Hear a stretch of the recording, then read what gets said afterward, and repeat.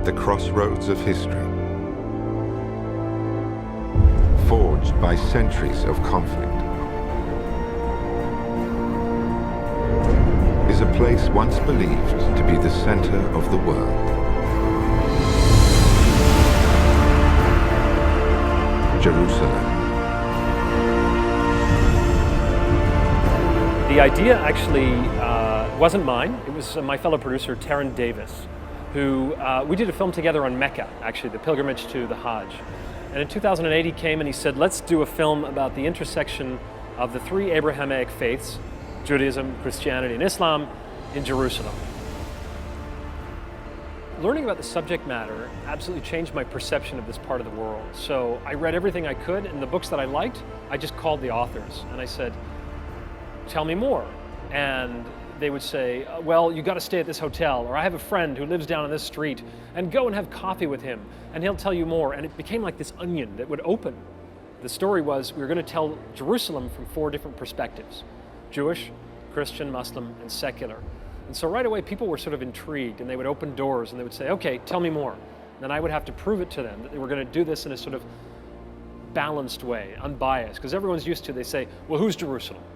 You know, what's your bias? Where are you coming from? Who's funding this movie? You know, all these questions. And that's normally what people ask with a subject matter that's as explosive as this one. And the reality is that I was so curious to know everyone's story that eventually I spent a lot of time investing in having dinner, Shabbat dinner, breaking fast with families, whether they're Jewish, Christian, Muslim, celebrating Easter. And so it was a long development period. And I think that people said, okay, we're not disposable to this guy. You know, he's not here to just do a quick TV show. He's here in the long run. So I had trips every couple of months. And I think that was the basis of trust, actually, that allowed us to do what we did. National Geographic Entertainment invites you to explore a land cherished by billions. Benedict was a name that came at the last minute as a narrator. National Geographic suggested him. I had another narrator in mind, and they said, oh, no, he's far too old. I'm not going to tell you who he is. Okay, I'm sorry. Especially now that I've just said he's old. But they wanted someone who was younger, someone who would appeal to a younger contingent. So I watched Sherlock, and I loved it. I thought he had an amazing voice, and said, let's do it. Let's ask his agent. And you know, Benedict is busier than Satan these days. I mean, he's absolutely ubiquitous. He's in everything. And so we thought, no way, you know, he'll never do it. Sure enough, he said, well, I'm wrapping Sherlock at 6 in the morning. I can be there at 9. So I flew to London, and I actually just finished working all night with a composer, trying to rework the music and everything. And then we got there, I was typing the script, like some of the final lines, in the taxi on the way to the studio, because we had to meet Benedict's availability. And we were just getting a couple of the lines right. Anyhow, we got to the studio, and Benedict shows up, disarms us completely. He's got notes on the script. I've worked with many celebrities on these films before, narrating these films. They come in and say, well, what's this all about, you know? What did my agent get me into this time? And in this case, Benedict had prepared, he'd watched it. He insisted on actually doing his lines to the music and effects. And we really got into an amazing discussion. He said, why didn't I learn this at school? Why didn't I know any of this stuff? You're telling me the Virgin Mary is mentioned in the Quran? What? Jesus is venerated as a prophet in Islam? I didn't know any of this. Abraham, Isaac, Ishmael, you know, all of these stories. And he was saying, why did I just get the simple dogma, you know? And so he said, well, when do I get to go to Jerusalem? So it's nice to have a celebrity who's really engaged in the subject matter as well. And I think he did a fantastic job. In fact, I've had the experience where a lot of narrators come in and they think, okay, it's IMAX, I have to go big. But the truth is, as a narrator, less is more. As Benedict understood that right away. You know, he toned it down, he could be quiet, he could intrigue you, could bring you into the subject matter, tell you a mystery. And that's what was perfect.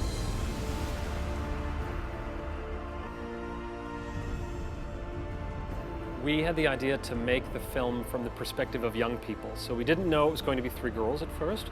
This goes as far back as 2010. We actually got the permission to film aerials first. So we grabbed that, we said this may never come again. We're going to film the aerials, and then we're going to figure out what the story is on the ground. And so we started to interview young people of each faith. And so we started, the age was around 11 to 21. So it was fairly broad. And I must have interviewed 100 Jews, 100 Christians, and 100 Muslims.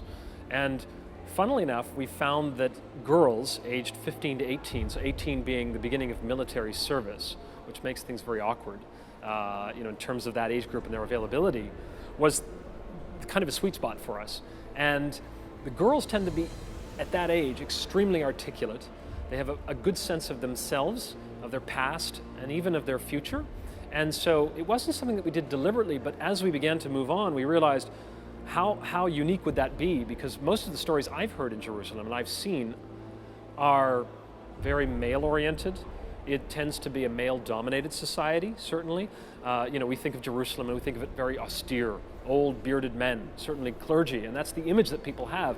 And we really wanted to shake that up because Jerusalem is so much more. There are women and children running the streets, but they don't get on camera. They're not visible in that way. And they're such an essential part of the city. So once I think we cast the Christian first, and then quickly we found this Muslim girl who had green eyes and fair skin, and she was, only wore hijab, the headscarf to go into mosque, and so she challenged my assumptions of what a Sunni Palestinian Muslim was. And then we found the Jewish girl who was sort of dark-skinned, Tunisian, Polish, and it became apparent that we had a narrative about 3 girls, and then our archaeologist was a woman as well. So it was kind of perfect. And then Benedict Cumberbatch was this counterpoint to these 4 female voices. And I find it delightful, actually. The subject matter of Jerusalem is so expansive. So if you tell it in a linear way, and you start 5,000 years ago, Neolithic inhabitants and so forth, by the time you hit the Crusades, you're out of breath. I mean, it's absolutely exhausting. And so we needed to find a way in 45 minutes for a general public, we're talking about children, families, school groups, to simplify the story and find a synthesis. And so the Rock is the obvious starting place. It was the center of pagan tradition there. And this was something that was pretty revelatory for me, the center of Jewish worship, of ancient Israelite culture, of today of Islamic veneration as well. So, and it's something that's very important in Christian tradition too. So it's amazing that all of these narratives go back to the same rock. And for me, that's really what it's about. I remember someone early in the process said, well, Jerusalem is really the story of 2 rocks. And I said, well, how's that? And they said, well, there's the foundation stone, the stone of sacrifice, where if you're Jewish, you believe that Abraham brought Isaac, prepared him for sacrifice. If you're Muslim, you believe that Ibrahim brought Ishmael for sacrifice. Now, what the Christians did, of course, was they shifted the center of the world, the center of the universe, a few hundred meters to the west, to another rock, which was what was left of this ancient quarry, the rock of Golgotha. And when the Muslims arrived, they just brought it back. So it's a kind of very simple way to tell the story of Jerusalem through these 2 stones.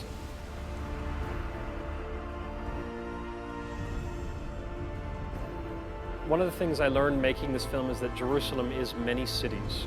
So it's many cities buried one on top of the other and also side by side. All of these different communities that often don't speak to one another. And so there's a sort of dichotomy of, is it the real Jerusalem or is it the imagined Jerusalem? And if it's the imagined Jerusalem, what is informing it? Is it the Bible? Is it the newspaper? Is it something you heard from a friend? Is it a horror story? And so all of this, and sometimes it's all of those things. And you have to kind of deal with that. And that's why early on in the process we said, we're going to let Jerusalemites tell their own story. Because for me to come and tell my story of Jerusalem, I'm not sure that ultimately is that valid for anyone. So that's why Jody and the girls, and to a degree, then there's the narrator, of course, who tries to give it a geographical and historical context to remind you of the scope of 5,000 years of history, and ask the big questions.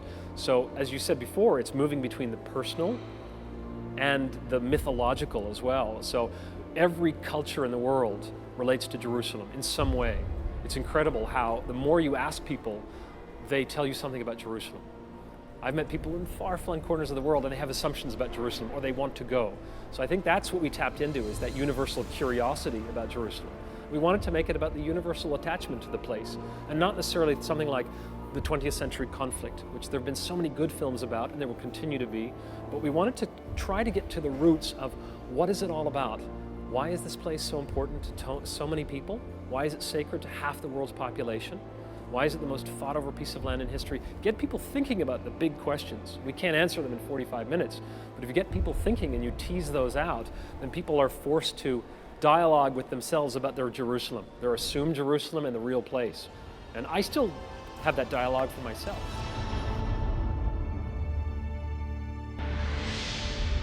Jerusalem.